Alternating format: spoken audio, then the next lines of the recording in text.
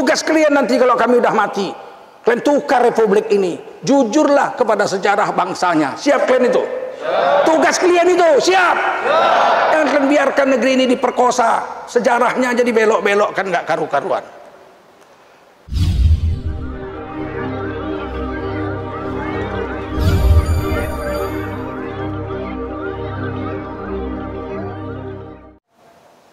Umar bin Abdul Aziz radhiyallahu anhu.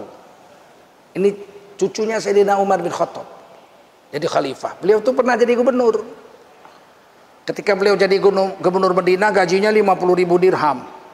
Islam sudah kaya zaman mereka. Romawi Parsi udah sama kita, India sudah sama kita, Spanyol udah sama kita, Eropa. Gajinya 50.000 dirham jadi gubernur. Singkat cerita dia diangkat jadi khalifah. Begitu beliau jadi khalifah, hari pertama keputusannya apa? Menurunkan gaji khalifah dari 50.000 menjadi 5.000. Ah, kurasa nggak ada lagi orang kayak gini ya. Nah, yang ada sekarang BPJS naik. Diturunkan Mahkamah Agung tetap naik. Wah, macam mana mau berkat negeri ini? Istrinya bilang, bang, gitu ya bahasa kita. Dulu waktu gubernur abang 50.000 gaji abang. Malah udah jadi khalifah malah 5.000. Dulu aku jadi gubernur yang menetapkan gaji khalifah. Aku nggak bisa ngelawan. Duit terima bagi-bagi sedekah-sedekah. Tapi sekarang aku khalifah, aku yang menentukan gaji. 5.000 cukup.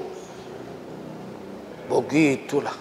Dan istrinya nggak ngamuk pula, ceraikan aku, nggak begitu pula.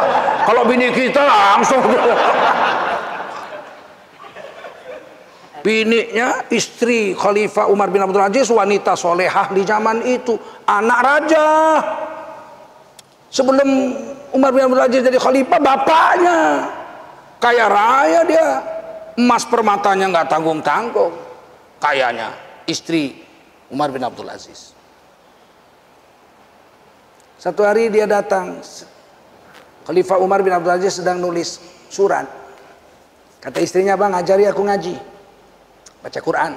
Oh iya, iya. Dipinggirkan surat, duduk. Langsung istrinya baca, tunggu dulu,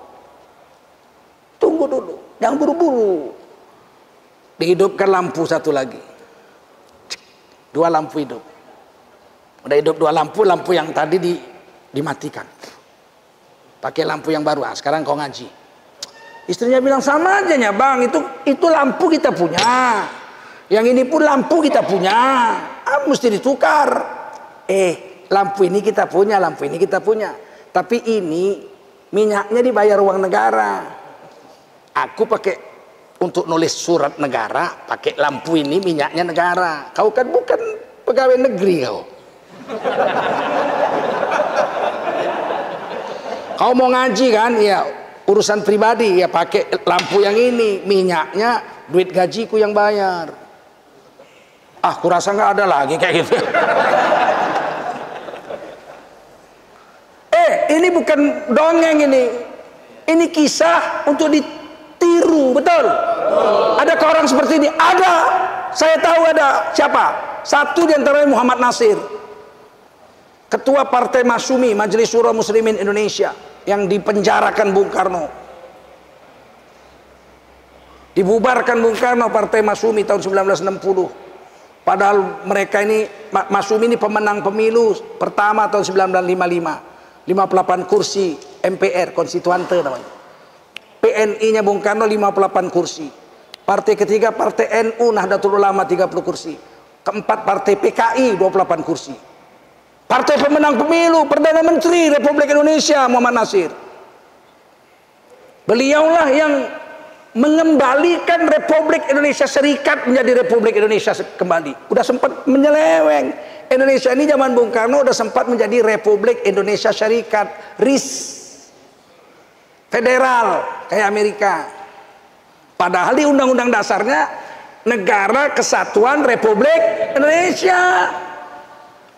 Kenyataannya Republik Indonesia Serikat tahun 49 tahun 50. Muhammad Nasir waktu itu Perdana Menteri Republik Indonesia. Kalau federal, Perdana Menteri, nggak presiden. Kayak India, Amerika, itu kan, itu negara federal tuh. Perdana Menteri, presiden nggak punya apa-apa. Berjalanlah Muhammad Nasir keliling Indonesia, membawa surat namanya mosi integral, mosi integral, supaya Indonesia kembali menjadi NKRI. Aceh didatangi semua, teken semua, karena yang datang Muhammad Nasir. Kalau yang datang Bung Karno nggak mau.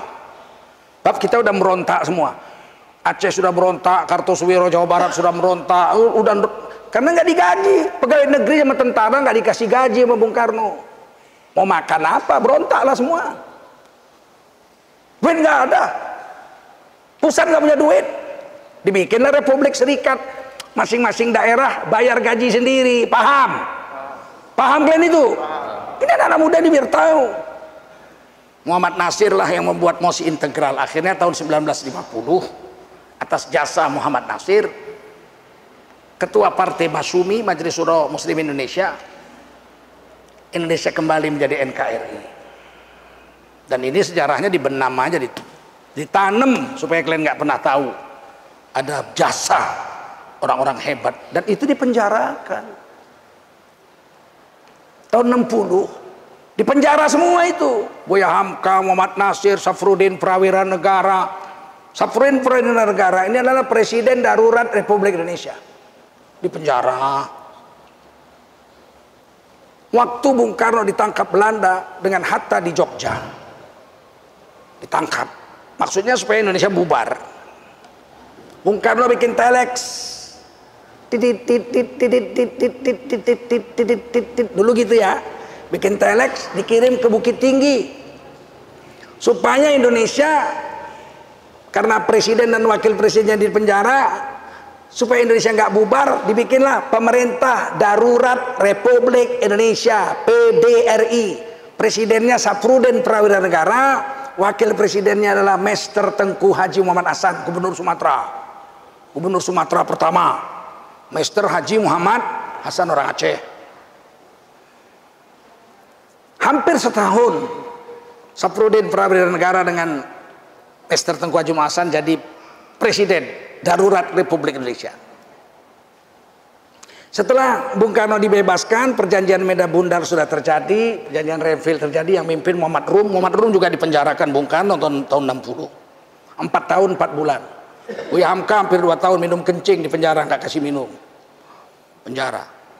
Akhirnya Indonesia kembali kekuasaan pada Bung Karno.